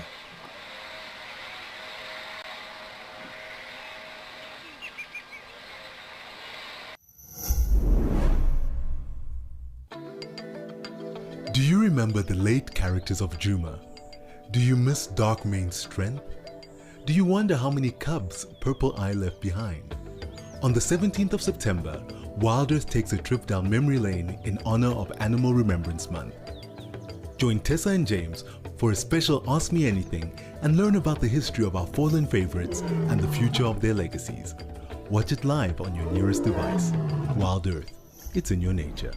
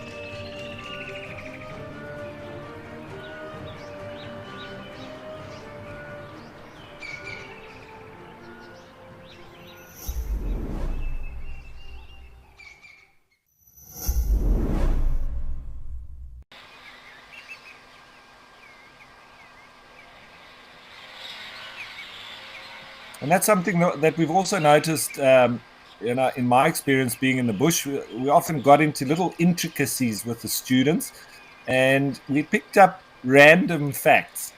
And what we noticed was with the white-crested helmet shrikes, there was always an odd number of individuals. And we found that the most common number of individuals within a group of white-crested helmet shrikes was either 7 or 11. Now, I think there's probably a study in that, in how big the groups usually are. So if there's anybody looking for a study to do at university within the wilderness realm, that I think could be a good one. And numbers of different cooperative breeding birds and how many is the most regular size of their families.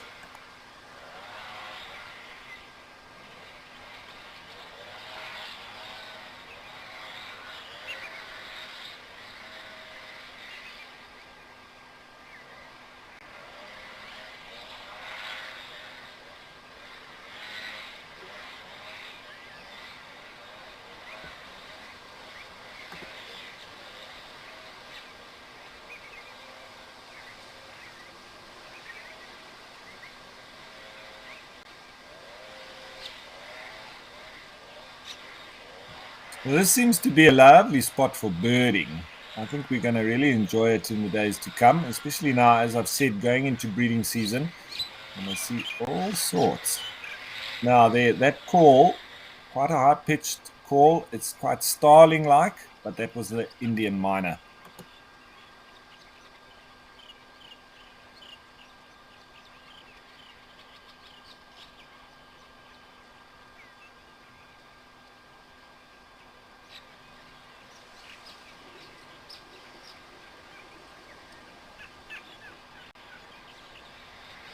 There's a grey go-away bird calling. Quack, quack, quack, quack, quack.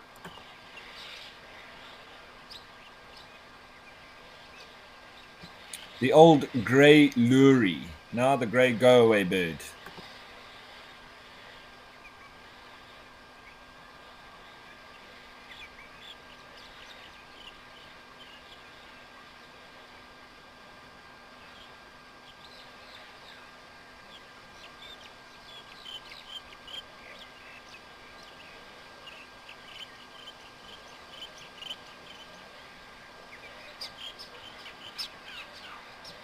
Righty, so keeping with the birding theme, this has been lovely, but let's change of place and let's go to the waterhole that probably kills all other waterholes in terms of birding potential. Let's go just outside of Kimberley in South Africa and Kamfersdam.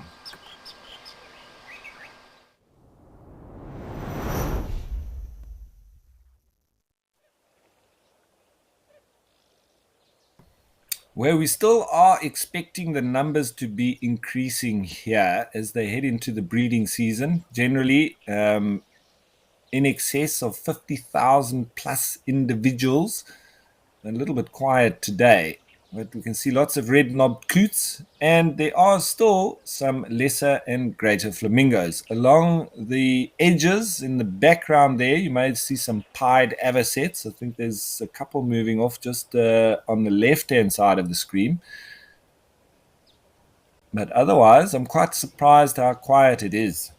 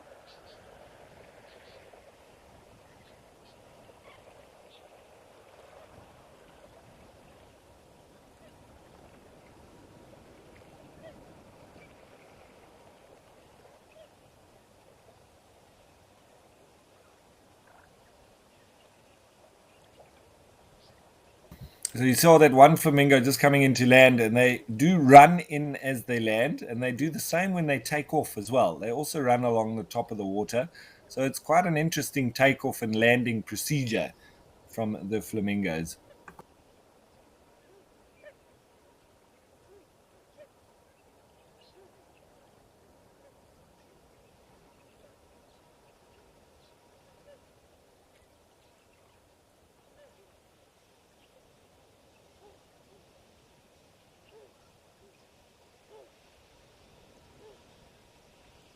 So lots of feeding going on, and this is quite important that they get in lots of protein and calories, energy for this time of the year. There's going to need to be a lot of elaborate mating rituals that will be performed, and it does take up a lot of energy. They're going to have to be doing nest building, building nests out of mud, those volcano-like conical nests that they do build.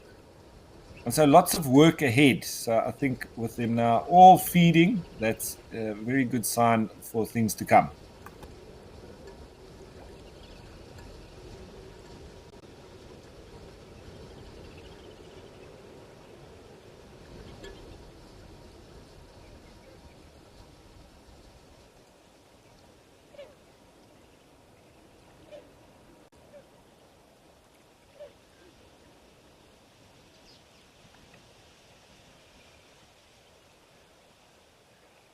I see a couple at the back here employing a bit of an interesting technique. It's almost like doing headstands on the bottom there as they kick their feet out the back. I haven't seen that one before. There's two of them doing it. Maybe where it's a little bit deeper, they do that. Well, there's more of them doing it now, so maybe it's not so unique as I thought.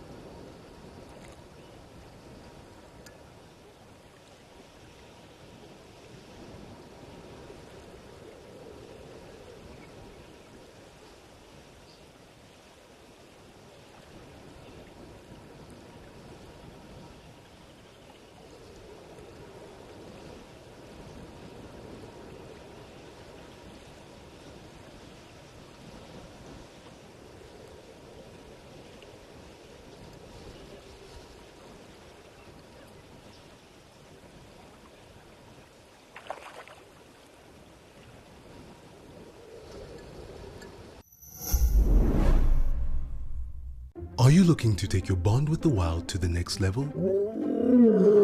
Download our app and access in-depth chats with our naturalists and special guests. Connect and converse in real time on our Ask Me Anythings, fireside chats, hangouts, and town halls. WeChat, available on the WildEarth app. WildEarth, we are Safari.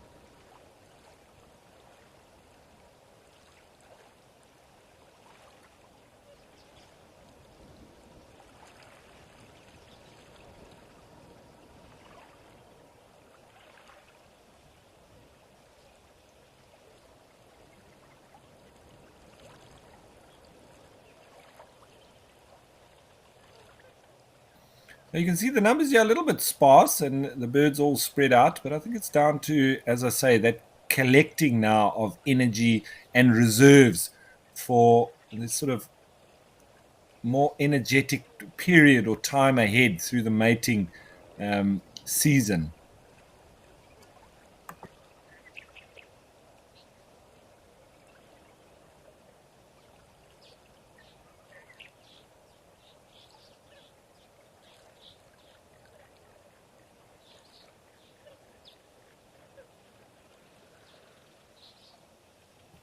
So Picasso, that's a good question. When they got their heads under the water like that, obviously they can't breathe. So and they're feeding with their heads upside down. They're filter feeding, but you see how they keep raising their heads? That's so that they can breathe. They can't keep their heads underwater longer than a few seconds. So they walk along, they feed a little bit, and then they pick their heads up. Not normally more longer than about 10 seconds or so. And then they need to take a breath.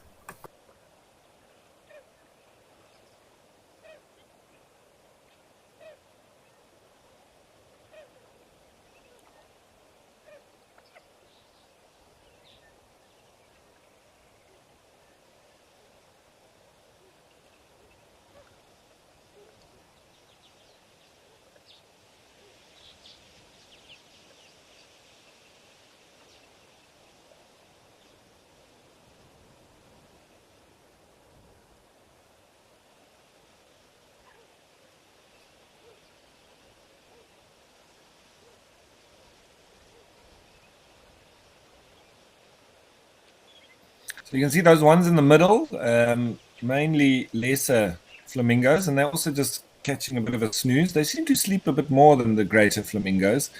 When they do feed, they move around, sort of kick up the mud with their feet, and then their bills, which are down at the time, to feed and filter through the water.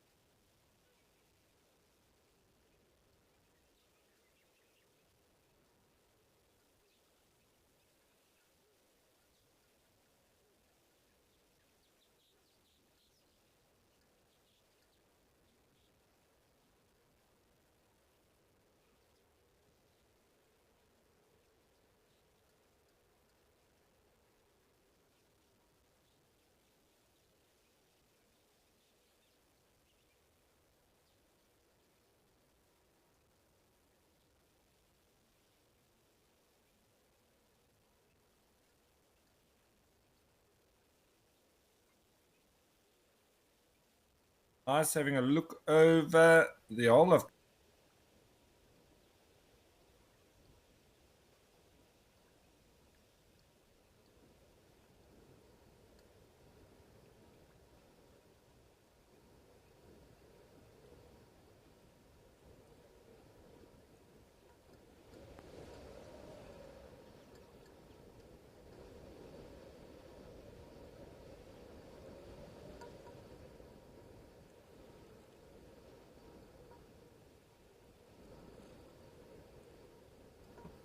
So apologies for just some of the technical difficulties, but the guys are working hard on it in the background, and they've got us back up and running. So wonderful. And just having a little bit of a check around this dam itself and seeing how big it is. In fact, so you may think that the flamingos have disappeared, but maybe they've just moved to another part of the dam for now. But I think this is where they do nest up, so we can expect maybe they'll be returning here in the not too distant future.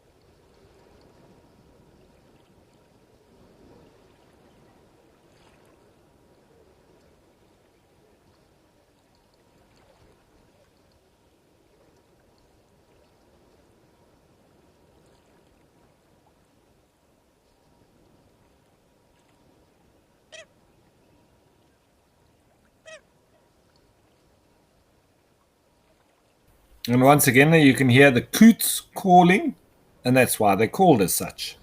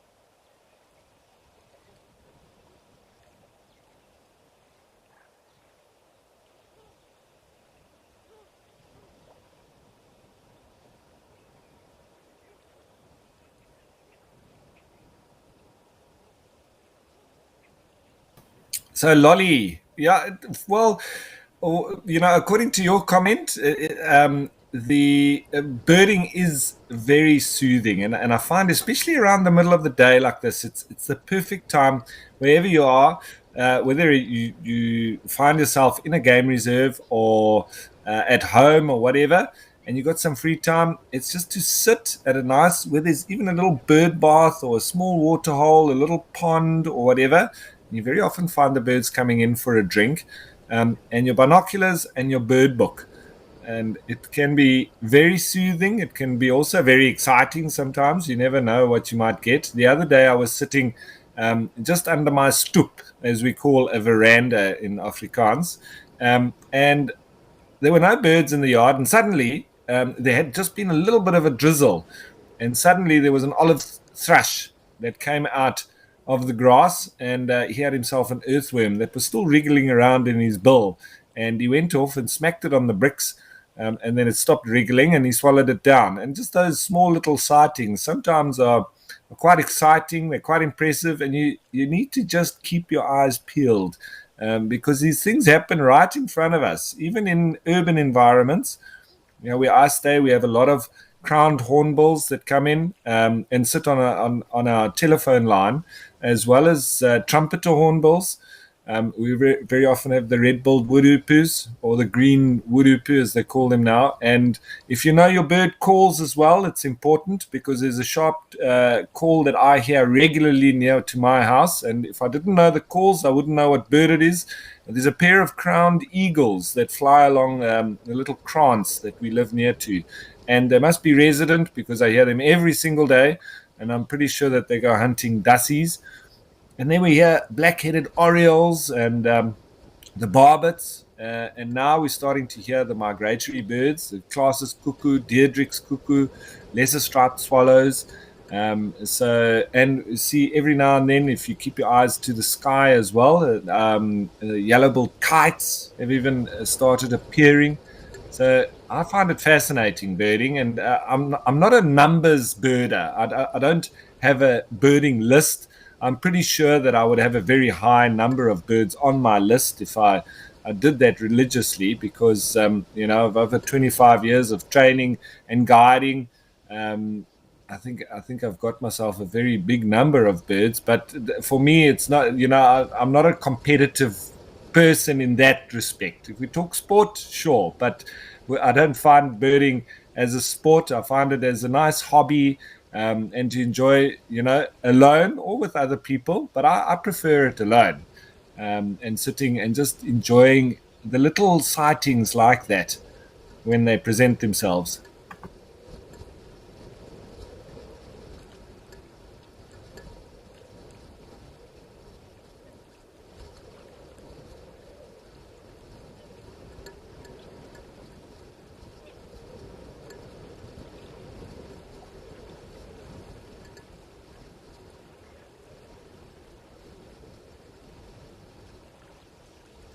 Righty, so we do still hope that the numbers are going to increase here. I'm pretty sure they will. It might take a couple of days. A few days ago, there were literally a couple of thousand of these flamingos, but they have dwindled a little bit, maybe moved across the other side of the waterhole. But who knows? Maybe tomorrow they'll all have concentrated up here again.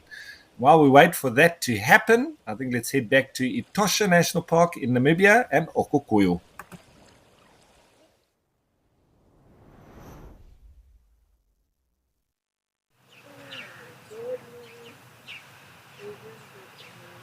Where, for a change, we've got some elephants that have come down for a drink. It's been a few days since we've had them here, and I think we might be continuing on the theme of there only being bulls around. I wonder where the breeding herds are.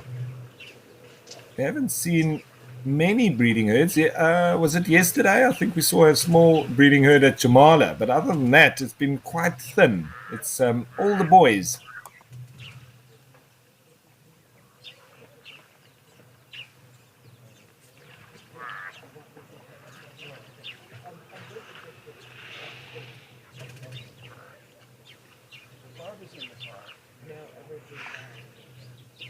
A few zebra there also on the right, coming in and joining the elephant and the springbok.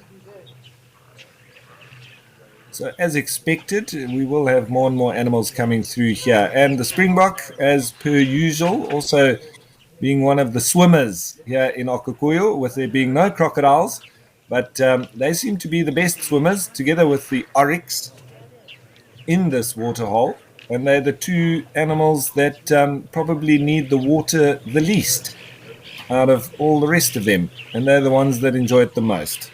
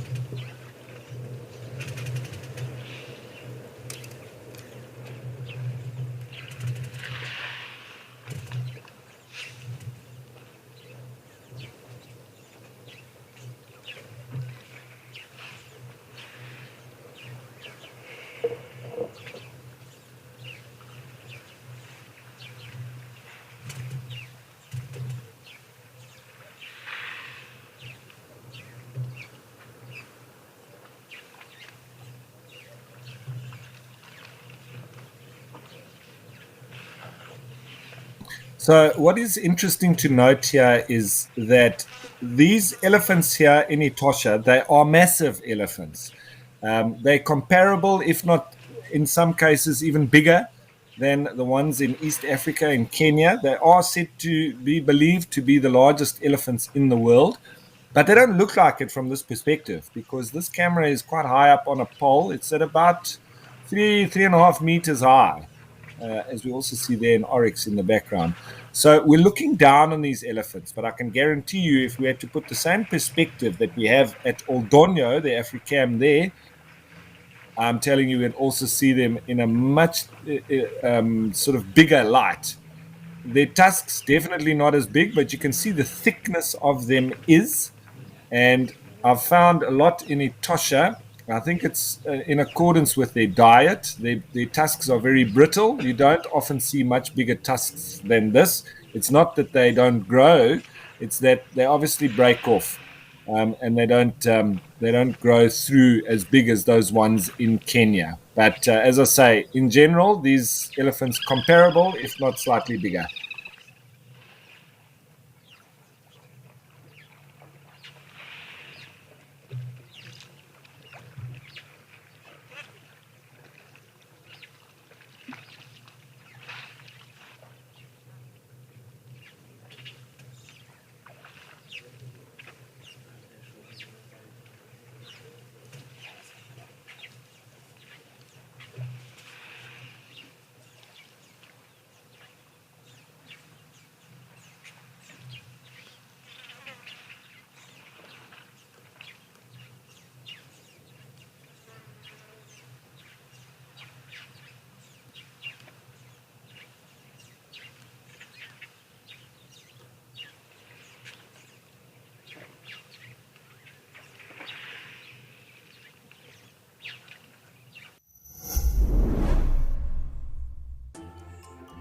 Not everyone gets excited to hear a leopard chuff, spot a pangolin, or see a real impala rut. But if you are wild about the wild, you can become part of a community of like-minded nature lovers and share authentic wildlife experiences with the world.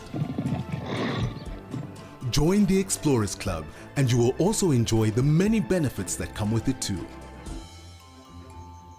WildEarth Explorers, it's in your nature.